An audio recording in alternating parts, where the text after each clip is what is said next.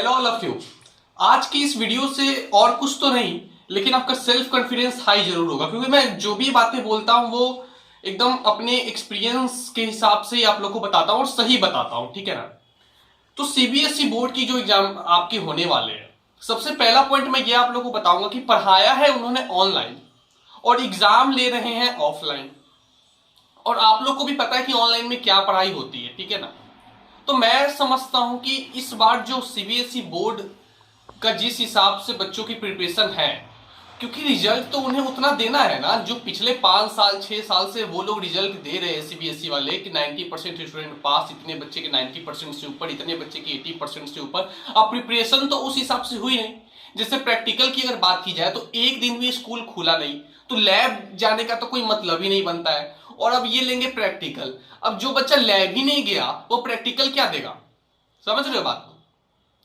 तो मैं समझता हूं कि इस बार रिजल्ट काफी अच्छा होगा सीबीएसई बोर्ड का, क्योंकि पढ़ाई उतनी अच्छी से हुई नहीं है। ये गवर्नमेंट को भी पता है, सीबीएसई बोर्ड को भी पता है, आपको भी पता है। या तो ये करेंगे कि क्वेश्चन का लेवल घटा देंगे, सिलेबस तो ये कैप्चर पूरा ही करेंगे, ठीक है ना। लेकिन मतलब जो भी इन्होंने रिड्यूस सिलेबस है वो तो आप लोग को पता ही होगा, जो सिलेबस रिड्यूस हुआ है तो उसमें भी कैप्चर तो करेंगे पूरा, इसमें कोई शक की बात नहीं है, ठीक है ना। लेकिन क्वेश्चन का लेवल घटा देंगे सीबीएसई में। इसलिए मेरा ये मानना है कि इस बार ज्यादा डीप में जाने की जरूरत नहीं है। अगर आप ठीक ठाक से भी चैप्टर को पढ़ रहे हो, जैसे आप 10th में पढ़ते थे, मैं क्लास 12 के बच्चों की बात कर रहा हूं, जैसे आप क्लास 10th में पढ़ते थे, ज्यादा डीप में नहीं जाते थे, उस हिसाब से भी पढ़ोगे तो इस बार पेपर आपका अच्छा जाएगा। और बाई चांस अगर पेपर टफ आया भी तो वो सबके लिए टफ होगा, तो उनको मार्किंग में मतलब थोड़ा सा रियायत देना होगा, बच्चों को मार्किंग अच्छी करनी पड़ेगी, मतलब अच्छे मार्क्स देने पड़ेंगे, ठीक है ना। तो इसका मतलब ये नहीं कि आप पढ़ाई छोड़ दो, पढ़ाई आप करो, लेकिन टेंशन लेने की जरूरत नहीं है, क्योंकि मुझे भी पता है कि आपकी उतनी अच्छी प्रिपरेशन नहीं हो पाई है, ठीक है ना। अब आप बोलोगे भैया नंबर से क्या होता है, नॉलेज इंपॉर्टेंट है। तो देखो, नॉलेज तो इंपॉर्टेंट है। जो भी बच्चे कंपटीशन की अगर वो जेई मेन पे फोकस्ड है तो उन्हें तो ऑब्वियसली सी बात है, तैयारी तो अच्छी करनी ही पड़ेगी, क्योंकि जेई मेन में तो यार पेपर आसान आए चाहे पेपर टफ आए, परसेंटाइल तो फिक्स है ना कि 100 परसेंटाइल में ही कैलकुलेशन होगा। अगर पेपर टफ आएगा तो कट ऑफ घट जाएगी, पेपर इजी आएगा तो कट ऑफ ऊपर चली जाएगी। तो जेई मेन पे अगर बच्चों पे, तो उस पे तो कोई अंतर ही नहीं पड़ने वाला, लॉकडाउन हो कुछ हो। कॉलेज तो भाई वही 94-95 परसेंटाइल एबव को ही मिलता है जनरली, ठीक है ना।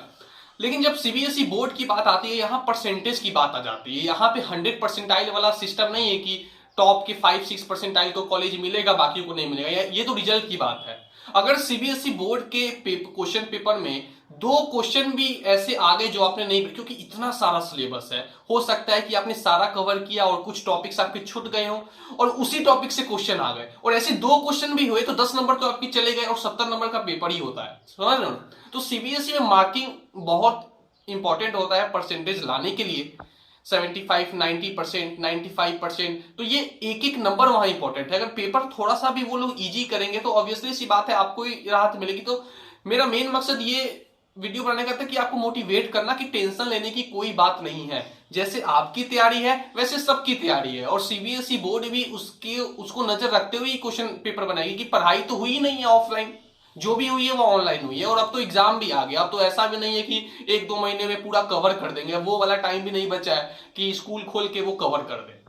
तो सिंपल सा रूल है यार कि जो भी चैप्टर से आप उसे पढ़ो, अच्छे से पढ़ो, मतलब डेफिनेशंस, इन सब चीजों पे ज्यादा फोकस करो, ज्यादा डीप में घुसने की जरूरत नहीं है, ठीक है ना। ज्यादा जो टफ टफ डेरिवेशंस है उनकी भी कोई जरूरत नहीं है, मैं जहां तक समझता हूं, ठीक है ना। लेकिन पढ़ना सारा और प्रैक्टिस जरूर करना, ये आप कंफर्म समझो कि इस बार का जो क्वेश्चन पेपर है वो इजी ही आएगा बोर्ड का, ये मेरी गारंटी है। अगर इजी नहीं आता है तो वो लोग मार्किंग अच्छा करेंगे, क्योंकि उन्हें तो रिजल्ट देना है कि भैया पिछले साल इतने परसेंट बच्चे पास हुए थे तो इस साल भी उतने पास करना है, पिछले साल इतने परसेंट बच्चों की 90% से ऊपर थे तो इस साल भी उनको देना होगा। नहीं तो वही वाली बात हो जाएगी कि इतना अंतर आ गया, इसमें स्टूडेंट्स की क्या गलती, इसमें तो भाई ग्लोबल पैंडेमिक है, तो सब मतलब सबकी ये सिर्फ स्टूडेंट के ऊपर बोझ देना तो सही नहीं होगा ना, है कि नहीं।